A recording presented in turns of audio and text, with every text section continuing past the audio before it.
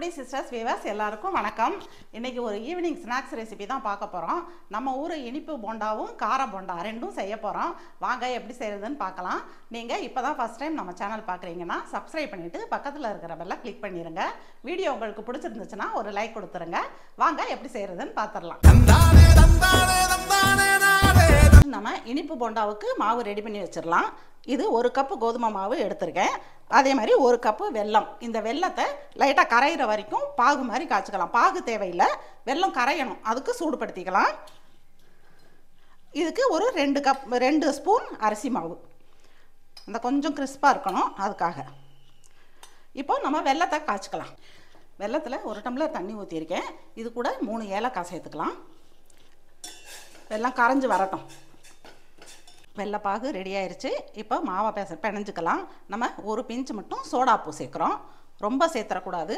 ஒரு பிஞ்சு சோடாப்பு, அதே மாதிரி கொஞ்சமாக உப்பு. இப்போ நம்ம வெள்ளைப்பாகை வடிகட்டி ஊற்றிக்கலாம். சுடும் கரண்டியை வச்சு தான் இது பண்ணணும். கொஞ்சம் கொஞ்சமாக ஊற்றி பிசையலாம். தண்ணி ஆயிடக்கூடாது மாவு.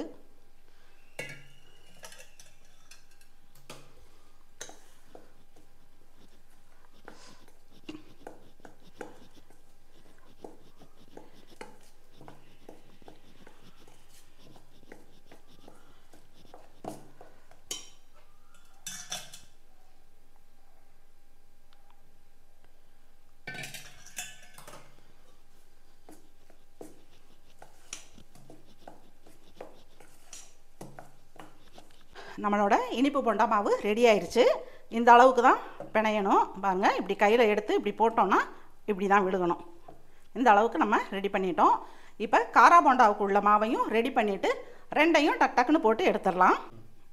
காரா போண்டாவுக்கு இதுக்கும் நான் 1 கப்பு கடலை மாவு எடுத்து வச்சுருக்கேன்.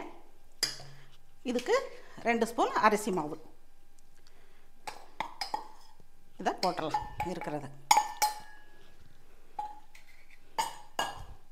இதில் ஒரு 2 பச்சை மிளகா பொடியாக கட் பண்ணி வச்சுருக்கேன். விதையெல்லாம் உதுத்துட்டு சேர்த்துடலாம். கொஞ்சம் கொஞ்சம் விதை இருந்தால் பரவாயில்ல.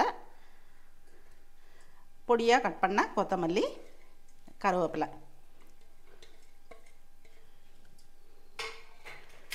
ஒரு பெரிய வெங்காயம் பொடியாக கட் பண்ணி வச்சுருக்கேன். இதையும் சேர்த்துடலாம்.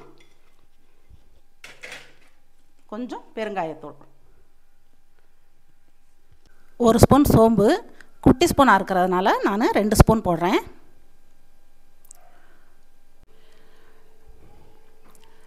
உப்பு தேவையான அளவு சேர்த்துக்கங்க. நான் சின்ன ஸ்பூனாக இருக்கிறதுனால 1.5 ஸ்பூன் சேர்த்துக்கிறேன்.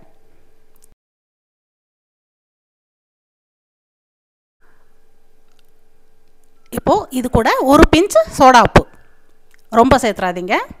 சேர்த்துட்டு வேறு நம்ம கையால் நல்லா பிசைஞ்சு விட்டுக்கலாம். அதுக்கப்புறம் தான் தண்ணி சேர்க்கணும்.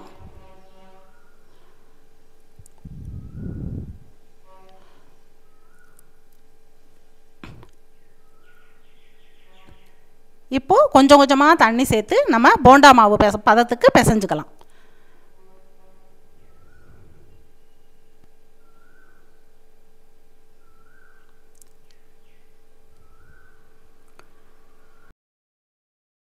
காரா போண்டா மாவும் ரெடி ஆயிடுச்சு. இதுவும் இந்த அளவு தான் இருக்கணும். இப்படி எடுத்து இப்படி போடும்போது கரெக்டாக விழுகணும்.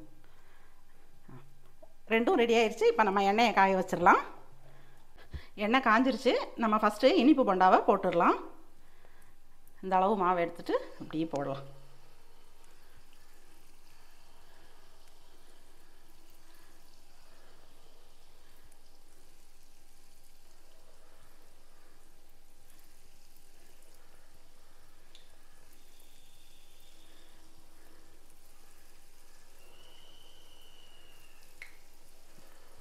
இப்போது அதுவாக வருது மேலே. அப்படியே நம்ம திருப்பி விடலாம். அடுப்பை மீடியமில் வச்சுட்டு வேகட்டும்.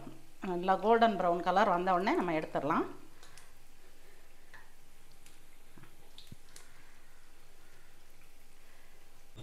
நல்லா வெந்துருச்சு. இந்த ஸ்டேஜில் நம்ம எடுத்துடலாம்.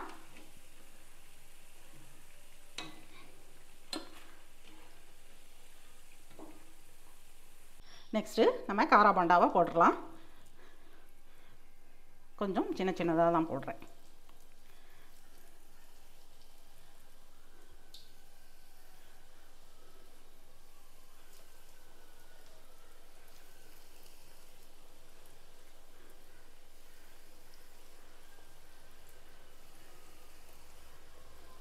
போதுமா தம்பி?